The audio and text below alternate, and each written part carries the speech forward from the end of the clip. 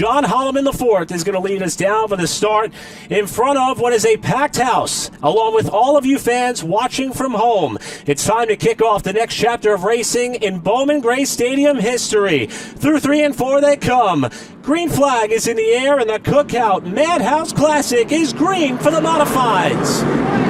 Crab Smith wiggled just a little bit there on that start contact there as they all stack up in the corner, getting used to low grip levels and a completely different set of characteristics on this racetrack. But as they move, trouble, Crab Smith hard into the wall and into the tire barriers before we even complete the first lap. There was contact with Trey Hutchins, and Hutchins and Crab Smith bounced off of each other, and unfortunately it's Smith who's got the worst end of that, and he's the first one to test the new tire barrier at Bowman Gray. Smith started up on the outside of row number 2 after the full field redraw, and it was Hutchins, who not sure if he got a nudge from behind that kicked him driver's right up into the side of the number 99, or if perhaps maybe he was trying to set himself up for the entrance to turn number 3.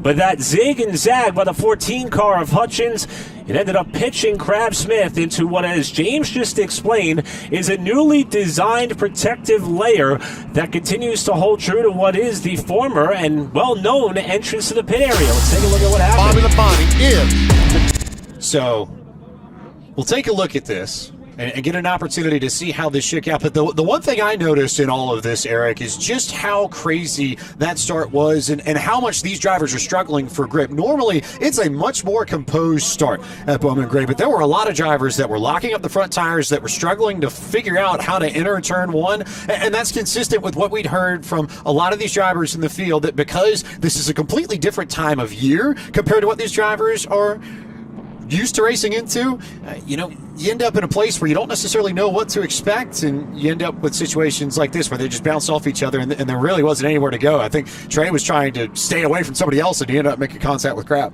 See, the right front Hoosier tire on Crab Smith's car is clearly down. We could expect potentially some suspension damage, too, on the front end of that race car. Hutchins' car doesn't appear to be too worse for the wear for the driver of the number 14. Hutchins, a Winston-Salem, North Carolina native, 4th-generation racer, started his career at 11 years old. He's gone from quarter midgets to the historic quarter mile here at Bowman Gray Stadium.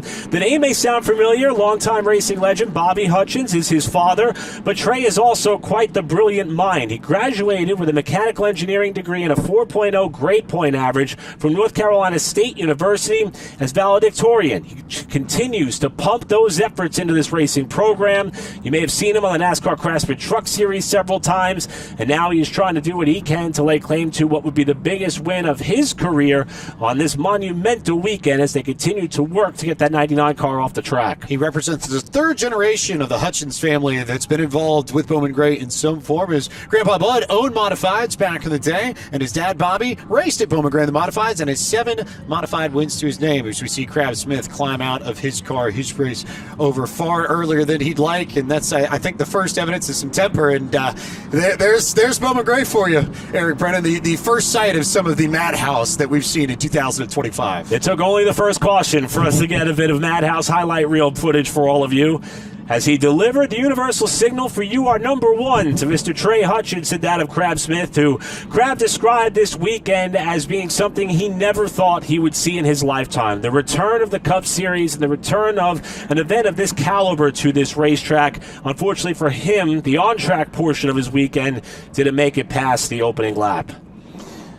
Teams will try and get that car moved. We'll get the opportunity to get this back going in relatively short order. There's a good look at John Hollowman's car. Hollowman's had an interesting career, I think, with the Modifieds. And Hollowman's sort of transitioned through a few different places. Has starts that ran in the K&N Pro Series, ran a lot in the Summer Shootout as well, and also has plenty of experience down in lower levels too, as we'll take a look now one more time and see what happened with the incident between Trey Hutchins and Crab Smith in just a moment, and see what brought out this first yellow flag of the Cookout Madhouse Classic. You look for Crab Smith's car there, the red machine right up at the front, and all of a sudden you see some contact there with Danny Probst, a little bit of bumping there. He gets shoved and loosened up on corner exit, and Trey Hutchins was just trying to get in there, and Trey Hutchins just locked it up, and Crab Smith had nowhere to go.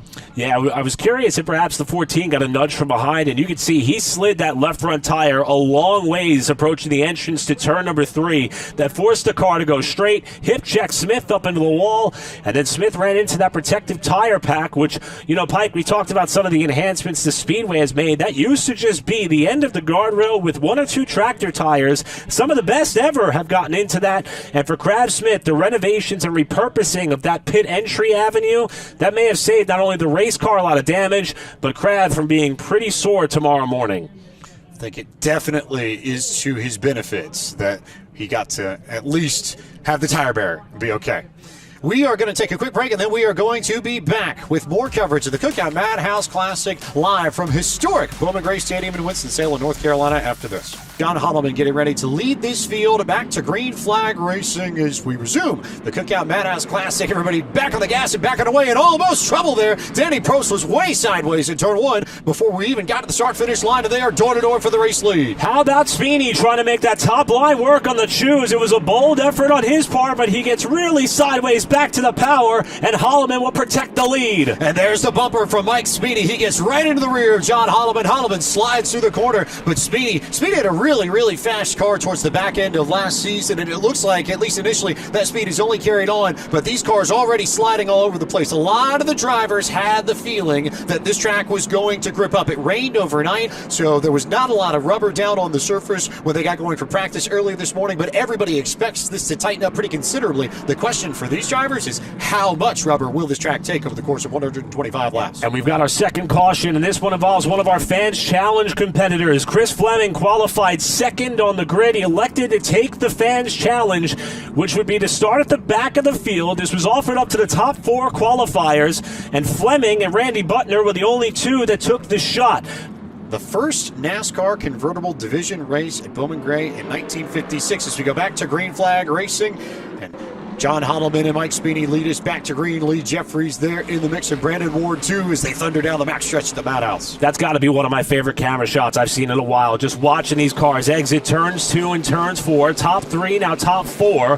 Clear in single file with Jeffries holding on to 3rd spot. It's Hollowman still the leader. A lot more breathing room he's got between he and Sweeney. As we check in on some of the battles mid-pack, that's Jonathan Brown dipping the left side tire inside of the curb, and he's trying to keep alongside. Not going to happen. Here comes Burt Myers to knock on the back door of the 1. There was a little bit of contact there, I think, in the corner, as is customary at the Madhouse, but everybody trying to find a little bit of breathing room, I think, more than anything else, as Priest slides up the racetrack, and Labonte had to check up, didn't really have anywhere to go, so that gives Danny Bone the opportunity to try and get underneath, but Priest chops the nose off of Bone's machine, and so it'll be Priest and Labonte that fight for position. Bad news for Danny Bone in that 57 as he ducks low on Labonte here in turn 3. Look at that front Nerf bar. It's pointed rather skyward, especially more so on the left side of the race car. If he plans on using the chrome horn, it's not going to be the type of bump that he is used to delivering, but so far he's doing a pretty good job working his way up through the field after starting back in 18th spot. There are 2 things working in Bone's favor. 1, aerodynamics don't particularly matter all that much. 2,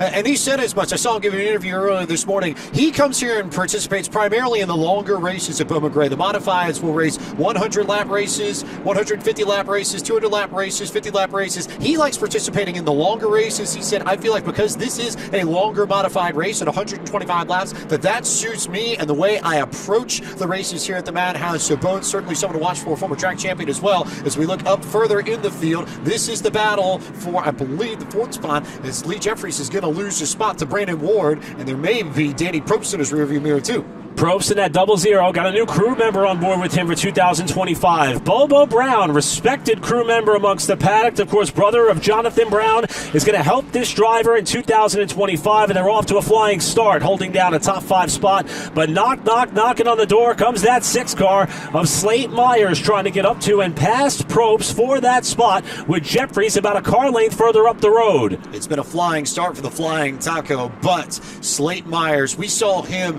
grow considerably as a driver over the course of last year, and for as young as he is and as much experience as he has growing up at this place, watching his family participate, no surprise to see Slate at the front of the field trying to work on some of these drivers to get a few more track positions as we cross under the 100 lap to go mark in the Cookout Madhouse Classic. Seriously, Jeffries trying to hold on, flashback up to the battle for second. That's Brandon Ward. just behind Mike Spini, trying to knock his way up into the second spot. Ward, a former champion. 2025 set to be a really big year for this team, the Kevin Powell Speed Motorsports operation. In fact, the new PR and communications director, Derek Pernissiglio, helping spread the word of this race team's plans this season. And he is watching his driver now currently battle for what would be the second position as Ward stalks the backside of Spini, going to 3. Ward had a fabulous year. Even though he didn't win the title in 2024, wasn't able to repeat the feat from 23, he picked up 5 wins in the Modifieds at Bowman Gray and has plenty of experience in just about every corner. And I think not only Derek's hiring, but the way that Kevin Powell has coalesced this organization in advance of 2025, it is a statement of intent. We know Tim Brown's going to be a factor. We know that Burt Myers is going to be a factor. But Brandon Ward, over the last few years, consistently has been the other driver whose record has been able to hold a candle to 2 of the very best doing at the Madhouse. No surprise to see Brandon Ward up here early.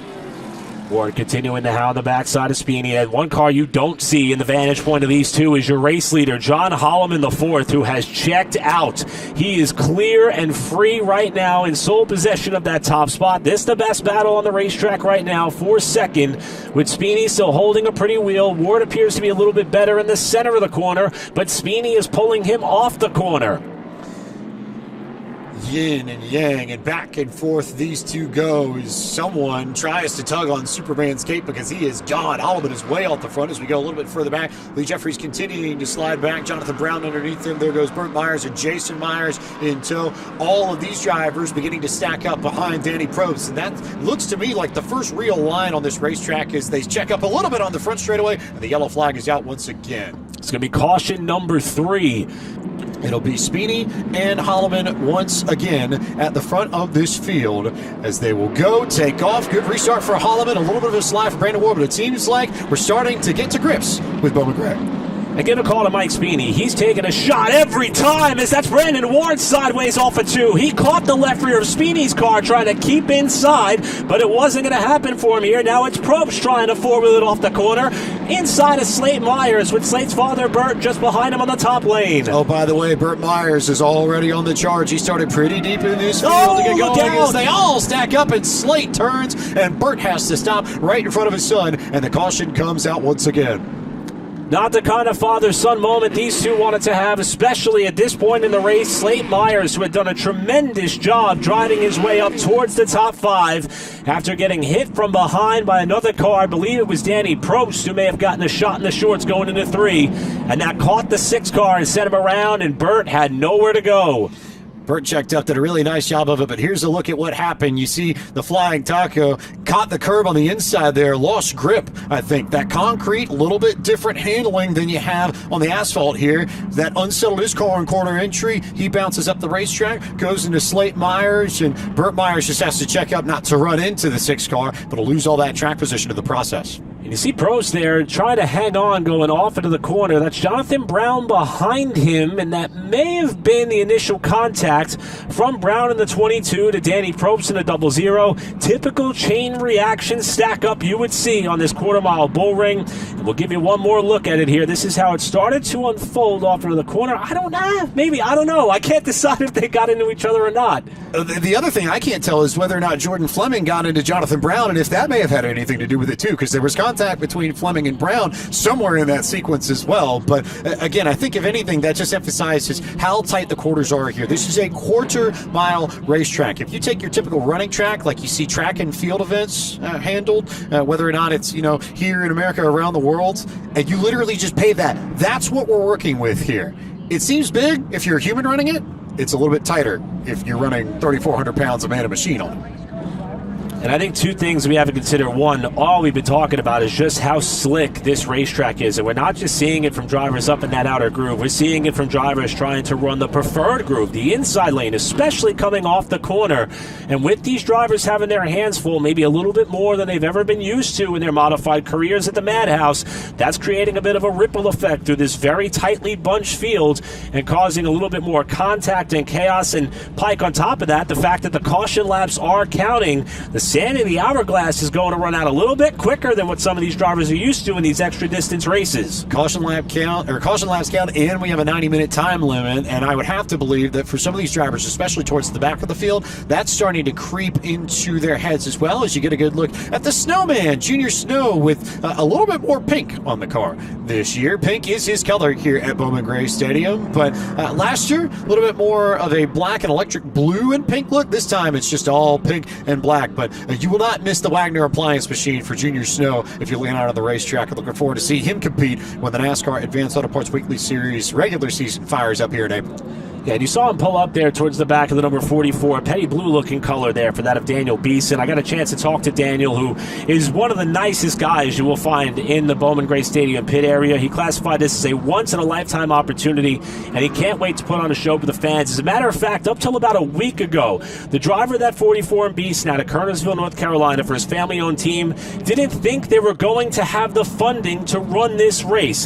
He thanks Koger Plumbing and M&M Transport, who struck a deal last Saturday, which then put him in the shop all week long just to get this car ready and prepared. And he said not only is he excited to be here as out of Beeson, but he is so proud of the facility that he dedicates his spring and summer months to be able to see them thrusted into a national spotlight. It means a lot to him, his supporters, his race fans, and he has been beaming all day long. And right now, he's still got a pretty clean-looking race car, so that's got to make him pretty happy, too. I'm about to say, at this point of the race, I'd take that if I'm Daniel Beeson and his story of working pretty late in the going to make sure that you have a car ready for the Classic. He's not the only one in this field that has a story like that. Jonathan Brown in the 22, his deal to run this race, it came together pretty quickly, and over the last 10 days leading up to the Classic, he tabulated over 150 hours spent in the shop to get his race car ready for this event. That's how much it means to these drivers to have a piece that they think can compete in and potentially win this Cookout Madhouse Classic. Field lined up on the back straightaway. We're getting set for another restart. Hollowman has been in control of this pretty much from the drop, but there have been comers and goers and challengers all throughout this field and a healthy rotation of some running order standings. We'll see how it pans out as they come back to green flag racing. Speedy and Hollowman off and going, and a great restart for Hollowman. Once again, he'll be all clear by himself going into turn one. Hollowman got clear, so did Ward. Now Brandon Ward up to second, and here comes John Boy. Jonathan Brown to third, and how about Danny Bone, the quick time setter in qualifying, four-wheeling his way up to fourth. This is not where you want to be if you're Mike Speedy, stuck on the outside, liable to get freight trained as Jordan Fleming tries to muscle his way underneath Speedy's machine. But this is classic Bowman Gray, and another yellow flag out here as Danny Probst, Ryan Priest, Daniel Beeson, and Riley Neal are stuck over in the turn. Danny Probst, who was one of the front runners, Beeson we were just talking about, and Riley Neal going to be able to drive away. No major damage appears to be evident on all four cars after a stack-up took place there in turn number 2 for what is our 5th caution of this race. A stack up over in turn 2 brings us under the yellow flag once again. You look at some of the Murph bar damage on Daniel Beeson's machine, and we'll see what happened to bring out this 5th yellow of the afternoon. When you take a look at the replay, contact there between Priest and Probst, and all of a sudden there's just not much you can do if you get a shot from the rear end. And if anything, I think credit to all of Priest and of Beeson and Riley Neal to check up and not run into each other over by the middle of turn 1 and 2. Good job there by Riley Neal to be able to squeeze up to the outside. And you see here Ryan Priest with some of the obvious damage, not only to the Nerf bar there on what his driver's left, but also underneath where some of the air cooling is ducted out on the front end of these race cars. Unfortunately, it doesn't appear to be obstructing the radiator of that car. A little bit of damage to Priest's machine, but again, aerodynamics don't matter so long as you've got air coming into the nose. You're in good shape and you're okay, and you can usually find your way to make it work at the Madhouse, whether or not it's 125 laps or 200 laps or 50 laps or even the 125s that make up the majority of race weeks here for the Modifieds and the NASCAR Advanced Auto Parts Weekly Series. Another look there at Beeson and Probst as we go back to the choose cone, and look at that. Danny Bone decides to go to the high line. It looks like Jordan Fleming will take that high line as well. And as slick as the outside of the racetrack has been, I admire the bravery of so many drivers in this field. We're not seeing the top 5, 6 pick the bottom and one driver try to be the hero and jump up top. Brandon Ward got to second just before the last caution. He wants a shot at Hollowman. He's going to have it now. This may be the biggest threat that Hollowman's had to fight off so far in the SoCal Madhouse Classic. Great jump there for Brandon Ward. He's going to clear John Hollowman and take the lead when they get to turn 1. So Ward to the front, Hollowman is second. Great drive through the corner, and they called the restart back. That happens every once in a while at Bowman Gray. Seemed like a little bit too good of a launch for that of Brandon Ward. They're going to try it again. Hollowman in the 69, Ward up top in the white Q104.1 entry. Take off and they go, and that's a cleaner start, and there's a shot from Brandon Ward to John Hollowman. Look at Danny Bone trying to work the high line and get some track position. He may get the opportunity to fight off Ward, and that might be everything Hollowman wants to see. That'll give Hollowman the opportunity to focus on running his line, his race, and maybe get away from this battle for second. And how about Danny Bone in that 57 rim riding on the top side, trying to protect the spot from Jonathan Brown. Talked to Danny earlier in the week. He said, I feel like I've won just about every extra distance race this track has ever held, except this one, for obvious reasons. This is the first time they've ever done this. He's trying to keep that car clear of Jonathan Brown as they touch it 1 and 2, and Bone will get the spot to third. Brown got all kinds of sideways and had to cede the spot to Danny Bone, and may end up falling into the clutches of Mike Speedy if he's not careful. Bone already gapping Brown by a car length. The handling does not seem like it's 100% there with John Boy Brown's machine, so he'll try and hold off Speedy. Chris Fleming is back there as well, waiting in the wings that those two get into it. But all at the front, it's John Hollowman as you get a good look at the field working their way through the Madhouse, and the yellow flag is out once again. Another caution here. I believe, according to my tally, that's going to be caution number 6. Does it appear to be any obvious reasons from our vantage point? Another opportunity to catch your breath here, and there is the answer for the yellow. Damage to the front end of Susan Harwell's machine. Take a look at what happened here to bring out caution number 6, Eric. And a little bit of help from Riley Neal off of what looks to be turn number 2 as Harwell was quick to get the car back up.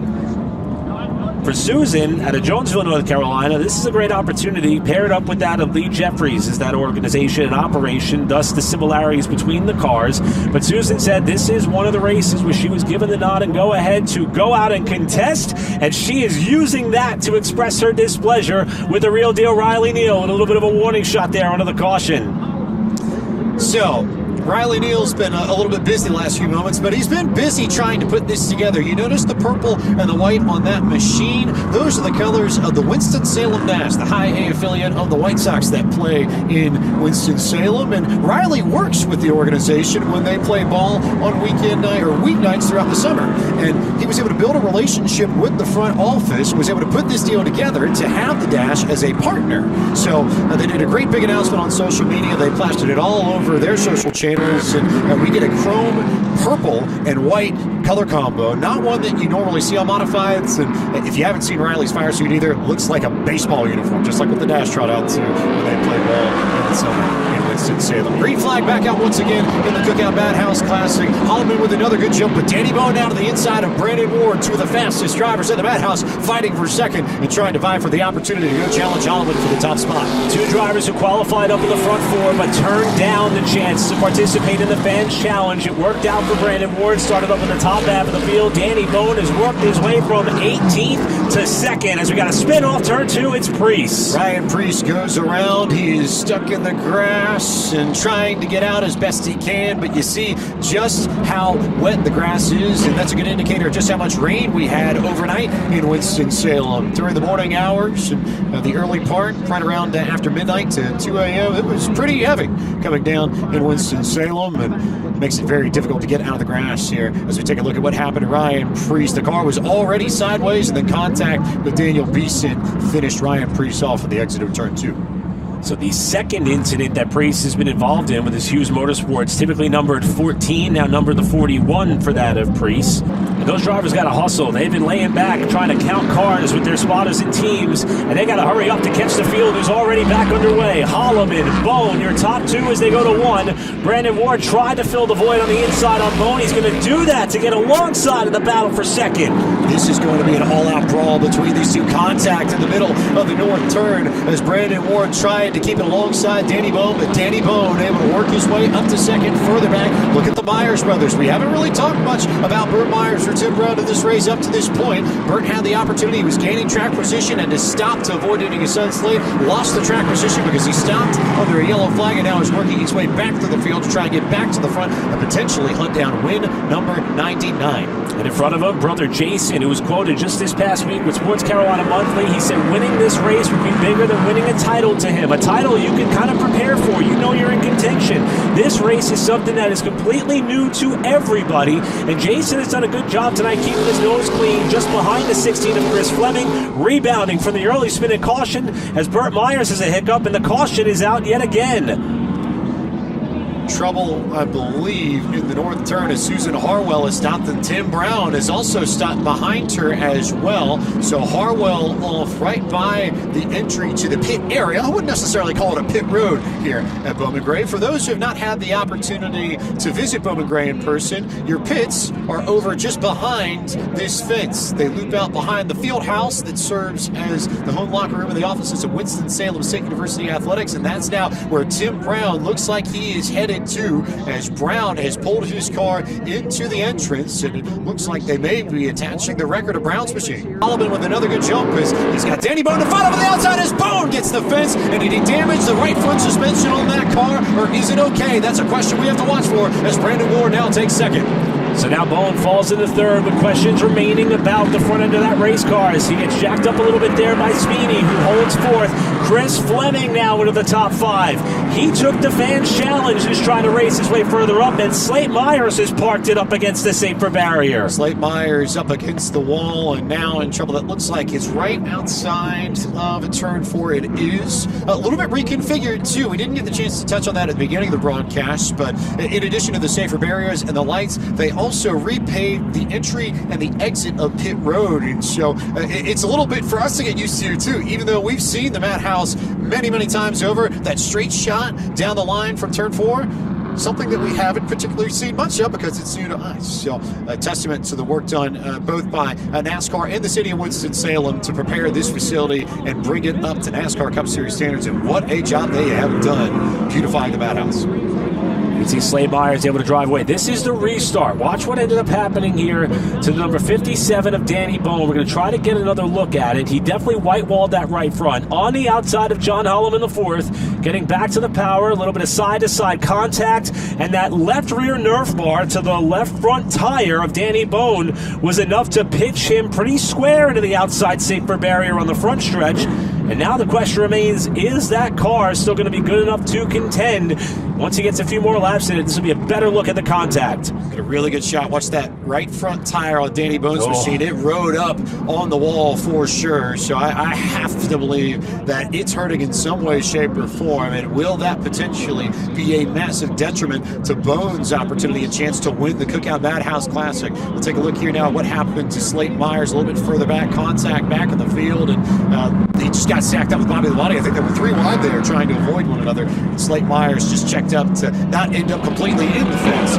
Loses the track position and now brings up another yellow flag. There's the right front in question on Bone's machine. That's the tire we need to watch for. The Nerf bar has had damage for a while. We know that, but it's that right front and how that car handles, especially in the corners. That's what you want to watch for in Danny Bone. If that's broken, you would expect him to slide down the field pretty quickly here, and whether or not he ends up holding up people, also something I think you want to watch too. I will say, if he's frustrated with Hollowman, who's sideways himself in front of him, he's going to let him know now. Inside and around goes Hollowman. Massive pile up with John Boy Brown hard on the wall. And the most dominant car in the Cookout Madhouse Classic is in the fence, and you see the fans on their feet reacting to all the madness that just happened at the Madhouse as John Hollowman goes for a ride and the caution flag comes out again. Was curious if, by virtue of the choose, Danny Bone electing to start behind Hollowman after the two had made contact on the restart prior was going to put Hollowman in a position to be vulnerable to contact in the first corner. It appeared as though Hollowman got a little bit sideways himself getting back to the gas, opening the door just enough for Bone to take his shot. And it ends in tears for Jonathan Brown in turn number 1. So Brown with the very broken left front. That should be day over for Jonathan Brown, multi-time winner here in the Modifieds at Bowman Gray Stadium. Window net down on the 22 machine, and he'll climb out of the car, and they'll tow that Modified back to the pit area. But Hollowman now out of the race lead, and now with some work to do to try and get back to the front. We'll see if Brown has any sort of thoughts that he'll showcase here on what happened, but he was very much a pinball on that. Also, look at the damage on the right rear of John Hollowman's machine as Brown takes a look at the field and tries to sort out what happened amongst his own thoughts. We talk about drivers who grew up local to this racetrack. Jonathan Brown lived 2 miles away from the speedway. Even on the rare occasions when they elected to stay home from going to the Madhouse on a Saturday night when they were youngsters, they could still hear the cars when they would contest this quarter-mile oval on a weekly cadence. We mentioned his brother Bobo helping out Danny Probst, but the story was Jonathan Brown, over the last 10 days, 160 hours in the shop to prepare this car, a decision that was made just about a month and a half ago by courtesy of his partners. And it ends like this. Race for the lead gone bad. And I wonder how much this factors into it. If you're Danny Bone in this situation, you know you've got the damage. Is this a situation where you feel like you have to go for it? Because if you don't feel like you've got another shot to do this. And with the way Hollowman's car had handled, I think that's got to be some of the thinking in Bone's head, is if you don't take the opportunity now, where Hollowman slipped up for a little bit, got into Brandon Ward, if you don't take it now, when are you going to get another chance, right? And that's been a theme for Hollowman, being able to just, once he gets control of the race, drive away. That was a brutal shot for Jonathan Brown there. We were both starting to wince watching that replay. As it's Chris Fleming and the Snowman, Junior Snow, that now lead us to green as they bounce off one another, and we go back to racing at Bowman Gray. And Snow is going to take it to Fleming off of turn number 2. Look at Fleming wash that car out wide to cement the lead. Snow trying to hang on to second. That's going to knock Bone sideways in 3. And here comes Jordan Fleming up the outside for 3rd. Jordan Fleming trying to take that outside line, but look who's underneath him. Burt Myers, the ace, as Fleming goes sideways in the corner, loses the grip. Bobby Labonte, Monster Trucks, Ryan Priest. I think that's Jason Myers up on the wall again. Yellow flag out one more time, and Priest, for the second time this afternoon, is stuck in that very, very wet grass that has been so hard to navigate. Well, if Ryan Priest wants to start a lawn care company, he's done some work here so far today. That's twice now. We've seen the Hughes Motorsports number 41 essentially parked almost in this same spot, and you can see Priest gave it a couple attempts to get it out of that really wet grass in turn number 2 or off of turn number 2. This accordion-style crash started here on the front stretch with Fleming trying to hang on. Jordan Fleming went way, way sideways. Priest tried to get underneath him. Bobby tried to take advantage of the opening that was there and then was not. And Priest is the one that gets sent around for the second time over in 1 and 2. There's Fleming up on the high line. Contact between Labonte and Priest. You see a great look there. And Labonte's right front getting right there by the right rear of Priest's machine. And then Jason Myers was also collected in this. I imagine with some contact a little bit further back. He ends up parked over in the middle of the south turn. 1 and 2, for those of you using sort of a national series, I guess, way of looking at it. But here at Bowman Gray, commonly known as the north turn and the south turn, off of their geographical orientation. The north turn by the field house is the northern end of the racetrack, and south turn by the stands, the southern end of the facility. Well, for our drivers who have been attempting triple duty, or double duty, I should say, our 3 drivers attempting double duty here on the weekend. Tim Brown pulled off earlier after the crash involving Susan Harwell. Ryan Priest has the helmet off. His race is going to come to a premature close. Burt Myers, the lone survivor, at least for the Cookout Madhouse Classic portion of our program. Myers, the only car that remains in contention right now, but all 3 drivers will be shifting their focus to trying to race their way into the starting field for the Cookout Clash here tomorrow, with Myers now the last one potentially who could be taking some of that hardware over to the Cup side of the pit area a little bit later on this afternoon. And I have to believe here, with the way this has panned out, not that we're counting passing points. We aren't, as you see some of the damage to the left rear suspension on Priest's machine as a result of the contact with Labonte. But if we were counting passing points, you remember that Burt lost the track position when he checked up to avoid Slade, his son, earlier in the day, and he's come back through the field for the most part in the top 5 and has a shot as Chris Fleming and Junior Snow get back to it. It's the Showstopper and the Snowman at the front of this field with Jordan Fleming and Danny Bone behind it. Burt Myers up to the 5th position. Danny Bone, despite the right front damage, still in the mix. How about Snow trying to hang on, but he's going to get cleaned out off of 4. And that may be the final strike for Danny Bone. He gets turned as well off the 4th corner. It is Snow and Bone both in trouble off the 4th corner. Bone with tons of damage. It looked like at least to that left rear, maybe a little bit better off, but you can see the wobble there on the left rear tire. Danny Bone, he got run into by about 3 or 4 different people, it looked like. We'll take a look at the replay, see what happened, but another stack up here as there was contact between Snow and Bone gets into Snow twice, and Burt Myers has nowhere to go, so Burt definitely just used up the Nerf bar on his Citrus Safe machine, and look at that, if you're Chris Fleming, you don't mind seeing all this happen behind you and not in front of you.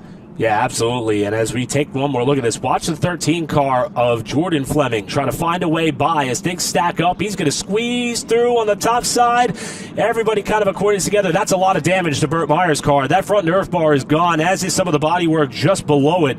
That is a big impact there for the one car. We were just talking about the bit of the jinx on the double duty drivers, and Burt's luck may have run out as he was up in the top 5. Up in the top 5, but he kept rolling, so I would expect Burt to keep his track position unless he needs to service the car, as you see just how hot these Hoosier tires get here at Bowman Gray, coming off of the machine of Junior Snow. There's the front end of Burt Myers' machine, very much part of that stack up as you look at Junior Snow getting out of the car. Not happy. Definitely getting a little bit of help from our safety crew at Bowman Gray to get him back to the infield. It is Fleming and Fleming at the front of this field as we go back to it, and Burt Myers immediately cuts in front of Riley Neal, and the ace is on the move underneath Jordan Fleming. Burt Myers, the 11th-time champion of Bowman Gray, to second here as they come out of turn 4. Coming up on what should be 24 to go, and Burt Myers, no front Nerf bar to really utilize. He may need to use the air cleaner of that car to move Chris Fleming out of the way. As now up in the 3rd spot, Riley Neal is trying to rebound from some incidents, and Bobby Labonte, the 2000 Cup Series champion, looking for 4th, maybe 3rd, as he gets knocked down towards the grass. Bobby Labonte saved it. Jordan Fleming now with smoke coming out of the tires at pretty much every corner as Labonte hangs on. Meanwhile, the battle rages just ahead between Fleming and Riley Neal, who's done a nice job of rallying back, but this is the battle for the race lead. Chris Fleming, Burt Myers, 2 drivers who have tons of experience at this stadium and know what it's like to get into Carolina Woodfloor's victory lane, and these two are all alone at the front of this field as you see the battle for 3rd between Fleming and the real deal, Riley Neal. You see some of the drivers who have held down the gauntlet at this racetrack running 1st and 2nd. You see the future of the Madhouse right in your picture here, battling for the final step on the podium, and Riley Neal in the 07 and Jordan Fleming, who that white smoke that has been coming out of the headers on the side of that car appears to get a little bit worse and worse as time goes on. He's hoping it makes it the final 20 laps because he's got a great run going. Fleming trying to make sure the engine stays in one piece in that car. Riley Neal is absolutely wheeling that thing on corner exit. You can look through the windshield, especially coming out of turn 4, and see just how much he is all over the place as we go a little bit further back. This is John Hollowman trying to rebound and gain some track position. This would be 6th and 7th. Mike Speeney there just in front of Hollowman. The comeback tour for Hollowman's been impressive, and Fleming is going to have to give up the ghost. The mechanical gremlins that have been plaguing that car the last few laps is not going to allow him to bring it home. He pulls that car down. The question is, will he be able to get off the racetrack safely? Not before the caution will fly. With 17 laps to go, Jordan Fleming in a top 5 effort goes up in smoke. A heartbreaker for Jordan Fleming and that half of Fleming family racing. Chris still at the front, but Jordan stay over earlier than he wanted. And now I think, if anything, if you're playing the chess game here, that's important because it shovels up the running order. But now, if you're Chris Fleming, it is just you and Burt Myers. You had a little bit of help when Jordan was there. You are going head-to-head with one of the greatest drivers to ever compete at the Madhouse for a win in arguably the biggest modified race here in over 50 years. No pressure, right? Not at all. And this is going to be a quickie yellow here as we see Richard Childress watching on. We know how much the area of Winston-Salem means to him. We know how much this racetrack means to him and his entire family as they hit the choose this time. And again, you have to wonder that lack of front Nerf bar support, a pair of Penske teammates watching along as well, and Joey Logano and Ryan Blaney keeping warm as well. Even though it's not as cold as we thought it would be here today, they still got the heaters out there. All right, back underway. Fleming with a great launch. Myers does not get going, but they're going to wave off that restart. That was too good of a start for Chris Fleming, I believe. So Myers to get the opportunity to catch back up. Also worth noting, Richard Childress got his start in this sport selling peanuts in the stands here at Bowman Gray. I wonder if that worked out for him pretty well. Seems like it might have. As we are now approaching the final 15 laps. A little bit of contact there between Speedy and Neal. So we go back to green flag racing. But it is Burt Myers on the outside, Chris Fleming to the inside for the race lead. Myers trying to hold tough on that second group, but we haven't seen anybody do that pretty much all race long. Here comes Riley Neal up the inside, just about to the driver's door of Burt in the battle for second. Riley Neal to the inside, Burt Myers outside, 0701 car battling for the runner-up spot while Chris Fleming tries to break free. And Riley Neal might be a young driver. Oh, big shot there from Mike Speedy to send Neal up the racetrack. So Speedy has the inside. Myers now clear to second and free to go chase after Chris Fleming as Speedy will make the move on the bottom. And now John Hollowman is back up towards the front of this field. Couple of cars that paraded the field at the start of this race. Hollowman in the 69 clear of Riley Neal, and Burt Myers is digging and digging hard. 10 to go next time by, and Bobby Labonte has gone around. Labonte up over in the wall over by turn 4. He will get his car turned back around with another machine here that we can add to the tally of drivers who have front end damage on their vehicles. But Labonte gets it back going, and now just outside of 10 laps to go, another yellow flag contact here between Labonte and Randy Butner as they just bounced off each other trying to race for a spot. Good work from Bobby to make sure that once the car got sideways and was headed straight towards that wall by turn 4, that he locked it down, made sure he didn't add any more damage to that thing that it could have had if he just let it go.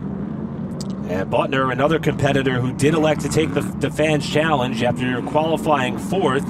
Haven't really seen the 5 car up towards the front just quite yet. Hoping that the cream rises to the top when it matters most. But for Labonte, whose car has been beaten and battered and bruised a little bit, going for another slide, but is going to be able to continue on for what he hopes to be the remainder of this contest with the laps continuing to click by. Labonte there with a little bit of nose damage. Randy Butner, though, I think we need to take a moment to talk about Randy Butner as these drivers get set for another restart. Randy Butner beginning his 38th season of racing at Bowman Gray Stadium out of Pottstown, North Carolina. Also the fabricator of Carolina Wood Floors Victory Lane. He built the metal assembly that drivers get the opportunity to celebrate in when they go to Victory Lane here at the Madhouse, and a respected veteran, grizzled veteran of this place, beloved by just about everybody and a friend to all. One of the more popular drivers in that sense in the garage here at Bowman Gray. As we get set for the restart to come, right around 10 laps to go. Fleming to the inside, Myers to the outside. John Hollowman now trying to get into the back of Burt Myers to make a move for the top 2 as they come back to it here at Bowman Gray. Butner got a little crossed up further back off turn 2. That separates the pack just a little bit. Myers to second. Speedy alongside of Hollowman, who's trying to hold on to third. Speedy to the inside. Little bit of contact potentially with Hollowman on the top lane. That will allow the front 2 to break free. 6 to go at the line. Speedy and Hollowman continuing to fight, but all it's doing is allowing Fleming and Myers to get away from all of them and make this a 2-driver battle for the race win. As you can see, some separation now between Speedy and Hollowman, but here is the battle for the race win coming to 5 laps to go. Fleming's got it by about 2 car lengths. You saw that time off turn 4. Fleming got the back end of that race car, stepped out a good bit as he got back to the gas off of corner 4. Myers now within a car length on Fleming for the top spot. Brandon Ward picking up some spots. He's through and past Riley Neal to work his way back up towards the front after spinning mid-race. A pass there a little bit further back, but it's eyes on this. Does Burt Myers have anything left? Chris Fleming has been so close to big moments, so close to titles here at Bowman Gray, so close to big wins. It just hasn't happened more often than not. Is this the day where his luck changes and he picks up the biggest win of his career in the Cookout Madhouse Classic? Boy, Fleming left the door open a little bit there in the middle of the corner. Comes to the line with 2 to go. Myers is going to have to get creative, and he doesn't have much of a front bumper to do anything with it. Or does he? Here they come, Pike, coming around to the white flag. Oh, Fleming got a little bit tight on the entry to 3, and it snuck up on him as they come across the line. 1 lap to go. 2 more opportunities. And Chris Fleming gets it done and takes the win in the Cookout Madhouse Classic. Well, as the ticker was showing 1 to go, that was coming to the checkered flag. So Myers gave it all that he had in the final corner. Chris Fleming, the showstopper, with the win. Little bit of post-race fireworks here with Slate Myers and Lee Jeffries. And that will do it for the Cookout Madhouse Classic. Chris Fleming, the showstopper, taking the fans challenge, rebounding from the spin. Now to celebrate what is perhaps the biggest win of his career. Fleming family racing on top in a day they will remember for the rest of their lives, as Mount Airy, North Carolina's Chris Fleming is the winner of the Cookout Madhouse Classic. And Eric Bredin, $5,000 richer by virtue of winning the Fans Challenge at Bowman Gray. Only two drivers were brave enough to take on that Fans Challenge, Fleming and Randy Butner. And Fleming, again, after being involved in what was the second caution of this race, did not let it waver him by any stretch of the imagination. Even though his son Jordan was up there racing with him at one point, it looked like they were well on their way to a 1-2 finish before the power plant expired on the 13 car. It is Fleming celebrating in front of this crowd that has come out here on this monumental weekend in Winston-Salem, North Carolina, celebrating with checkered flag in hand.